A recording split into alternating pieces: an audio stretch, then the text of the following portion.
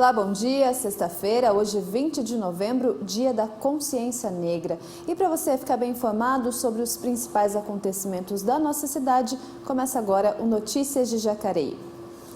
Os números da pandemia continuam crescendo. Em Jacareí, segundo a última atualização da Prefeitura, feita na tarde de ontem, até o momento temos 4.266 casos de Covid-19. Ainda aguardam resultado do exame 2.529 casos suspeitos. O número de óbitos não teve alteração, permanecendo em 167. E quanto aos recuperados, já são 3.917. Em relação ao tratamento hospitalar, dos casos confirmados, são 12 pessoas internadas, sendo 8 em UTI. E dos casos suspeitos, são 19 internações, sendo 6 em UTI.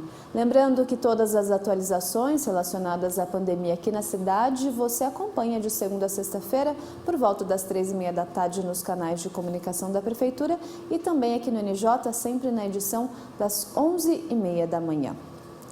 No próximo domingo, dia 22, a Casa do Curativo vai realizar o 14º evento da Viola, neste ano de 2020. A tradicional festa tem como objetivo arrecadar fundos para a instituição que presta serviços gratuitos de curativo à população. Neste ano, por conta da pandemia, o evento será diferente. Você adquire o ingresso e a retirada da refeição vai acontecer em sistema drive-thru. O valor do ingresso é de R$ 35,00 e inclui um almoço e uma sobremesa. Para adquirir, basta entrar em contato pelo telefone 99708-7510 e retirar a refeição então lá no dia 22, no próximo domingo, na rua Olímpio Catão, número 278, que fica no centro da cidade. Uma oportunidade de ajudar o próximo. A Câmara Municipal sediou audiência pública para a apresentação da Lei Orçamentária Anual de 2021.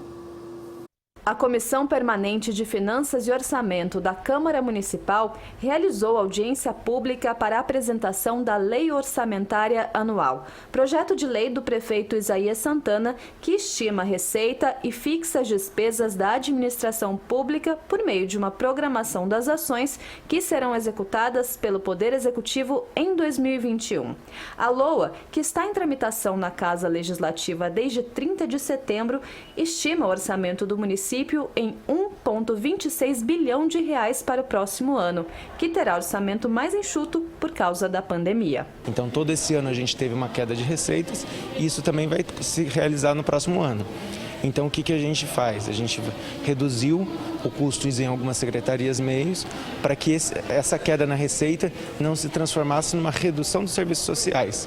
Então, basicamente, a gente está trabalhando com um orçamento muito próximo desse ano para o ano que vem. Entre as áreas com maior investimento na administração direta estão a saúde, com 242,6 milhões de reais, e a educação, com 226 milhões de reais. Já entre as que terão redução de orçamento em 2021 estão a Fundação Cultural, com 5,8 milhões de reais, Mobilidade Urbana, 28 milhões de reais e Segurança Pública, 19,4 milhões de reais. A administração caiu, finanças caiu, procuradoria diminuiu seu custo, o governo. Então a gente procurou tirar das secretarias meios para que não atrapalhasse as secretarias fins, sobretudo as de cunho social. Para a presidente da comissão, Patrícia Giuliani, o orçamento está seguro, visto que a pandemia ainda é uma preocupação. Fico satisfeita, a maior parte das secretarias tiveram uma evolução. Eu acho que foi uma evolução cuidadosa, uma vez que a gente vem de um processo de um ano muito delicado, né, de déficit da receita por conta da questão da pandemia. Então eu sinto que é um orçamento seguro, ainda visualizando um crescimento, né, em muitas ações da cidade, e a gente pode observar ainda também um avanço importante na área da saúde, da educação e na área social. Amanhã, às 19 horas, o Clube do Blues vai realizar mais uma apresentação. Nesta edição, a banda jacariense The Sims Brothers recebe o pianista e cantor de Porto Alegre, Luciano Leães. O evento seguirá todos os protocolos sanitários, respeitando o distanciamento social por meio da marcação de cadeiras, além de exigir o uso de máscara e também disponibilizar álcool em gel nas dependências. Reforçando então, Clube do Blues amanhã, à noite, às 7 horas da noite, dia 21, lá no Educa Mais Jacareí, que fica na Avenida Davi Monteiro Lino, número 3595, no bairro Jardim Marcondes. Casos recentes de violência policial contra negros nos Estados Unidos, inclusive com mortes, chocaram todo mundo e provocaram uma onda de protestos. Mas no Brasil, apesar da violência contra os negros ser um problema latente, a população ainda não organiza grandes protestos. Você acompanha agora uma reportagem especial da TV Senado sobre racismo.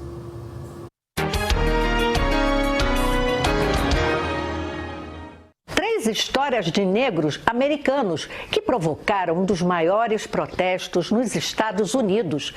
A morte de George Floyd, Daniel Prude e o caso de Jacob Blake, que ficou tetraplégico, vítima da agressão policial. No Brasil, também marcado por grande violência, o movimento negro vai para as ruas lutar por seus direitos e denunciar as mortes. A truculência, a letalidade provocadas por policiais brasileiros. Um dos articuladores da Coalizão Negra por Direitos e membro da Uniafro do Brasil, Douglas Belchior, dá uma entrevista exclusiva ao programa.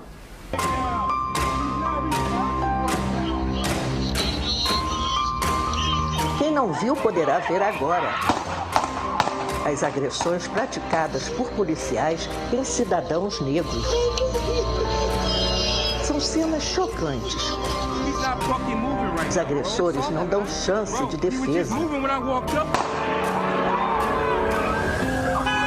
As vítimas pedem clemência, mas não são ouvidas.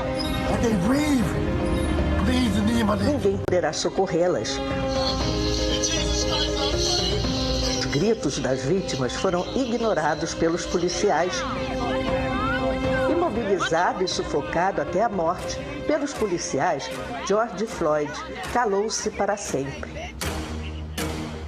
Muito por conta do fenômeno acontecido nos Estados Unidos, que foi aquela grande reação ao assassinato de George Floyd, e a partir daí outras várias reações, porque a polícia não parou de matar nos Estados Unidos, há muita provocação de comparações entre a realidade do movimento negro no Brasil e nos Estados Unidos. Então tem sempre essa provocação, mas por que o movimento negro no Brasil não faz igual faz os negros nos Estados Unidos, ocupando as ruas e reagindo à violência policial? A resposta que eu tenho para isso é que, primeiro, a simples comparação, ela é um tanto injusta, porque as realidades são diferentes. Embora o racismo estruture a sociedade tanto lá quanto aqui, o desenvolvimento da sociedade em torno da questão racial foi muito diferente. Enquanto a mídia brasileira noticia que os protestos nos Estados Unidos é contra o racismo, é por direitos, é por uma reivindicação de justiça, aqui no Brasil a mesma imprensa noticia de outra maneira. Há uma criminalização da luta por justiça, por direitos no Brasil e uma criminalização do movimento negro também.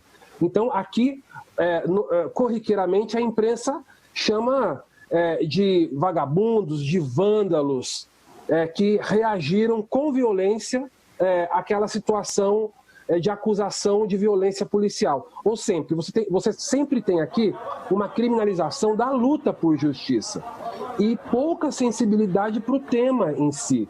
Você não vê no Brasil reações de repúdio à violência policial contra negros como você vê nos Estados Unidos. Inclusive com artistas, com formadores de opinião, com esportistas se manifestando. O racismo no Brasil é violento como sempre. O que teve de mudança é que os olhares da sociedade passaram a estar mais voltados para isso agora, né? O movimento negro brasileiro, ele sempre denunciou.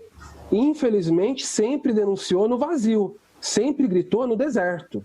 O movimento negro no Brasil, desde sempre, denunciou violência policial, maus tratos, denunciou o superencarceramento, denunciou a forma perversa como a sociedade trata a população negra.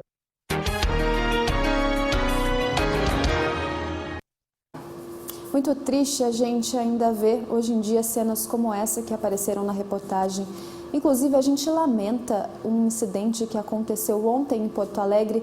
Um homem negro foi espancado até a morte dentro de um supermercado. Infelizmente, o racismo ainda está presente na nossa sociedade. Amanhã, dia 21, a partir das 8 horas da manhã, a Prefeitura Municipal vai realizar a campanha de saúde do homem. Serviços como avaliação médica, testes rápidos de IST e HIV, vacinação, avaliação para a prevenção do câncer de boca e orientações de saúde serão oferecidas nas unidades básicas de saúde e também nas unidades médicas de saúde da família. Isso tudo vai acontecer das 8 horas da manhã até às 5 horas da tarde. Para a maioria dos serviços, não é necessário agendamento prévio e, sobretudo, a iniciativa tem como objetivo reforçar a campanha Novembro Azul, que destaca a prevenção do câncer de próstata. Entre os sintomas causados pela Covid-19 estão a perda do paladar e do olfato. Segundo especialistas, existem atividades simples que podem ajudar na recuperação. A Tamires está entre as milhões de pessoas que testaram positivo para a Covid-19 no Brasil. No início, ela achou que estava só gripada, mas quando perdeu o olfato e o paladar, suspeitou da doença. Os meus principais sintomas foram cansaço, um pouco de dificuldade de respirar, a falta do olfato, do paladar principalmente. E eu fiz uma tomografia e pude perceber na tomografia que meu pulmão estava um pouco comprometido, porém ainda era leve, não precisei ser internada. Ela conta que mesmo após 20 dias da recuperação, os sentidos ainda não retornaram.